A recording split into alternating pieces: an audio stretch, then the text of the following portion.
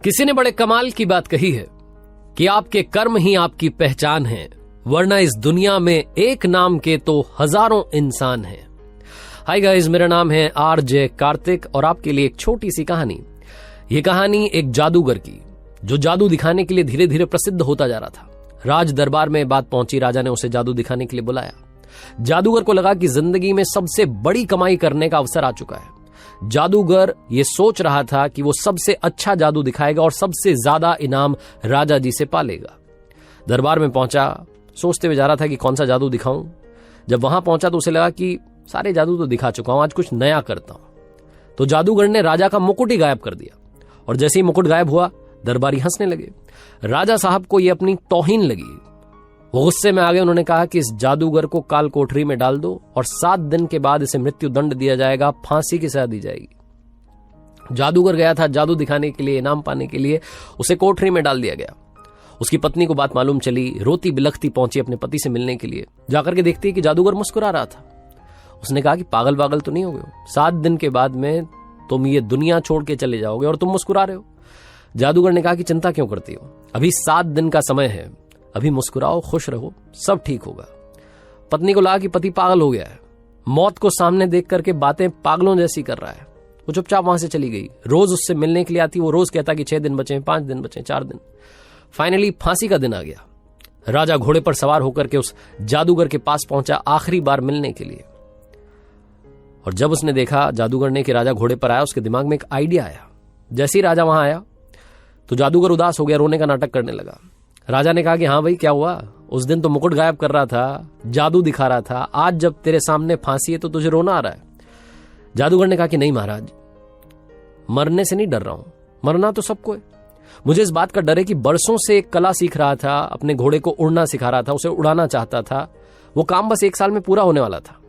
अब मैं वो कला अपने साथ ही लेकर के दुनिया छोड़ जाऊंगा, मुझे इस बात का अफसोस हो रहा है। राजा के मन में आया कि उड़ने वाला घोड़ा ये जादूगर तैयार कर रहा है। मान लो वो घोड़ा मेरे पास आ गया तो मैं बड़ा से बड़ा युद्ध जो है आसानी से जीत जाऊंगा। बड़े से बड़े युद्ध में बड़े से बड़े राजा को ऐसे ही हरा दूंगा। उड़ने वाला घोड़ा मेरे पास होना चाहिए। इसी लालच में राजा ने उससे कहा, जादूगर से, कि एक काम करते हैं, 1 साल का तुम्हें समय देता हूं। 1 साल के बाद में अगर वो घोड़ा मुझे दे दिया तो बात ठीक है, लेकिन अगर नहीं दिया तो तुम्हें फांसी की सजा दे दी जाएगी 1 साल के बाद में। तब तक के लिए तुम्हें रिहा किया जाता है। तो 1 साल के लिए इसको बरी कर दिया गया। जादूगर सीधा अपने घर पहुंचा। वहां जाकर के देखता है मातम छाया हुआ था, लोग रो रहे थे, रिश्तेदार आए हुए थे, इसकी पत्नी रो रही थी। लेकिन अपने पति को जिंदा देख करके वो मुस्कुराने लगी, खुश हो गई। सब लोग खुश रहे। आधे 1 घंटे के बाद में सब लोग चले गए। घर में पति पत्नी बचे।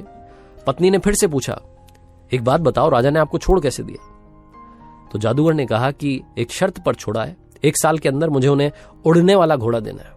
तो पत्नी जो थी वो फिर से गुस्सा होने लगी, कहने लगी कि पागल हो गए हो, ये क्या तुम वादा करके आ गए? उड़ने वाला घोड़ा हम बना ही नहीं सकते। जादूगर ने कहा, मालूम है मुझे नहीं बन सकता, लेकिन 1 साल का समय है, इस 1 साल में खुश रहो, मुस्कुराओ, इस जिंदगी को जियो, बस यही कहना चाहता हूं। पत्नी ने कहा कि फिर से तुम्हारा ज्ञान चालू हो गया। जादूगर ने बहुत समझाया कि खुश रहो, खुश रहो, सब ठीक होगा। और कमाल यह हुआ कि उस 1 साल के अंदर ही 6 महीने के अंदर राजा की मृत्यु हो गई। 3 महीने के अंदर घोड़ा मर गया। कौन सा घोड़ा, कौन सा राजा, बात ही खत्म हो गई। जादूगर जो कह रहा था कि चिंता मत करो, वो बात बिल्कुल सही रही। छोटी सी मजेदार कहानी है, लेकिन हमें सिखाती है कि जिंदगी में हम में से बहुत सारे लोग आज में खुश नहीं है।